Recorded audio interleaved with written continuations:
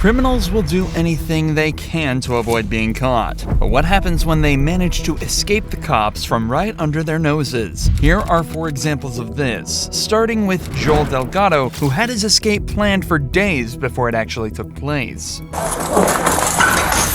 Joel had been arrested on a myriad of charges, including drug trafficking and shooting his girlfriend, and was looking to go away for a long time. But after his most recent arrest, he told police that he'd been badly injured, so was taken to court in a wheelchair. This is why police were extremely shocked when this happened.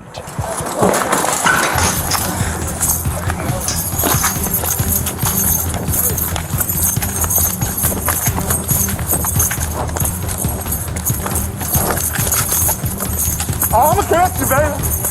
I'm gonna shoot your. For someone confined to a wheelchair, Joel sure can run, as just seconds after escaping, he completely disappeared. Nah, which way you go? Went straight through the alley and cut that way. What's your phone? My damn radio came out. Hold on. Damn, bro, if I try to come behind you and get him. I don't know where he went. Hey, Hook. The wheelchair dude got up and ran. Yeah. I couldn't catch his ass. And my radio was in the mother. I had my camera on though. The wheelchair dude. I couldn't catch him. Hell. Tim's had pulled off. Yeah. I can't even remember his name. He on the run. All right. Hey, he took off, man. The wheelchair dude ran. He had a neck brace on and all that shit. Did he really? Yeah. Didn't need that wheelchair very much, did he? Hell no. Unfortunately for Joel, his freedom was short-lived, as just a few hours later, he was caught and arrested once more, gaining nothing other than a count of felony escape to add to the list. But at least foot pursuits don't endanger the public the same way many car chases do. But it seems like Maliak Davis didn't care about that when he put his foot down and started to run from the cops.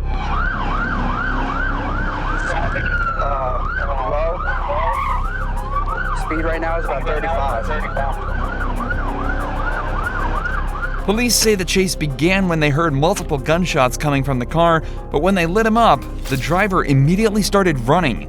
Things were working out for a while until he made a huge mistake.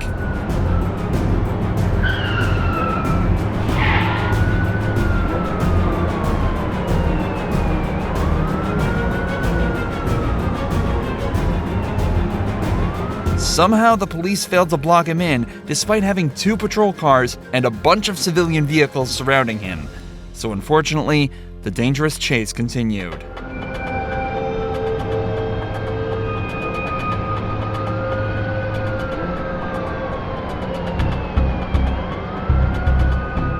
The Pontiac has made multiple mistakes in just the first few minutes of the chase, ramming multiple civilian vehicles and a cop car, but the police are still unable to bring him to a stop.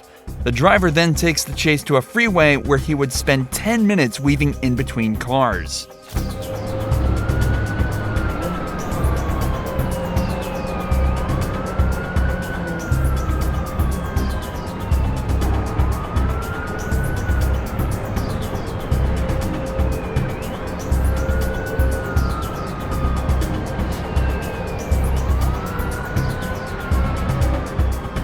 However, after over 13 minutes of this, the cops decide that it's too dangerous to continue pursuing him, and they decide to give up the chase.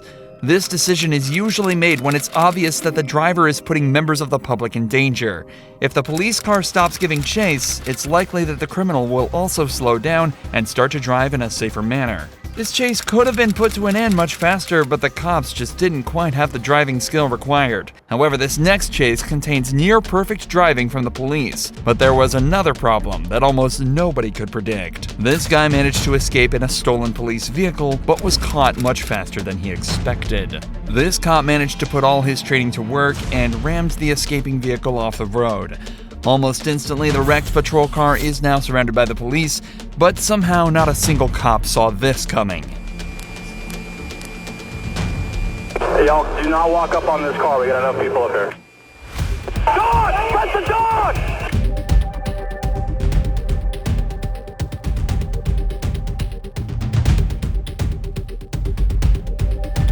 He's on the move again in a Coco K9 Explorer going north on 95.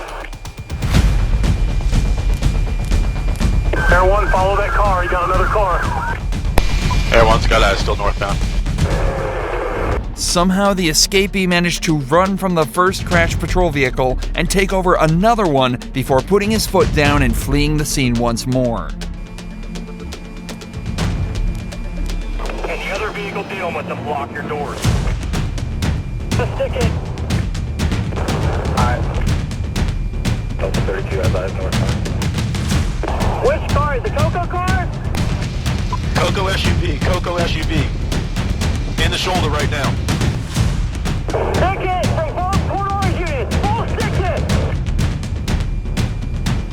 Are there guns in the front of the car? Ask the K9 handler from Coco.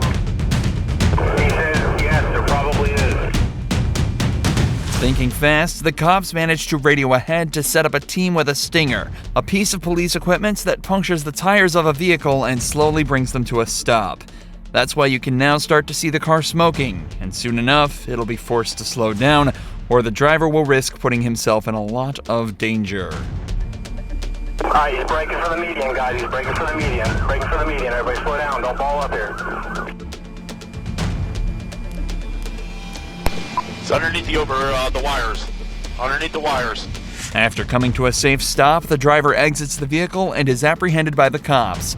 It's difficult to believe such a professional stop was made by the same cops that let him steal a patrol car from right under their nose, but in the end, the stop was textbook. But if we're talking about cops who let criminals escape from right under their nose, there's no better example than the case of Eli Villalobos. Eli was being tried for stabbing a 33-year-old man and was brought into the courthouse in handcuffs and leg shackles. But seconds after being unshackled, he decided to make a break for it.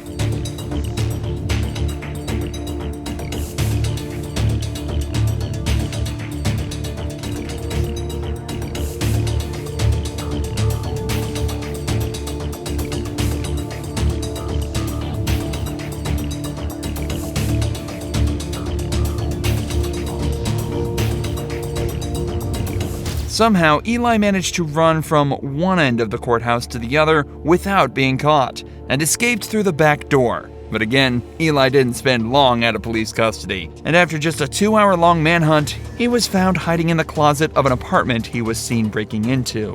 On top of the original murder charge, he was also hit with 2 additional counts of burglary and second-degree escape. If you enjoy true crime videos like this, make sure you're subscribed to see more.